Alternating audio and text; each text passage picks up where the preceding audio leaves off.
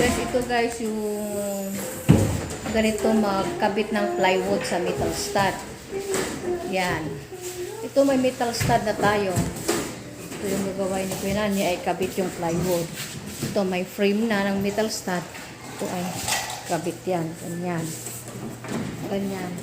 Dati kasi yung ginagamit kuko lumber or anong kahoy. Yung tendency kasi aanayin. Ito na yung uso ngayon. Metal stud. Oh, di ba? Innovation na tayo. Yan. At saka guys, mura lang to compare sa kahoy. Ito ay ano lang to. Halos 100 pesos lang ito. Isang ano dito, isang size. Yan ay sinusukat na ni Kuya Nani.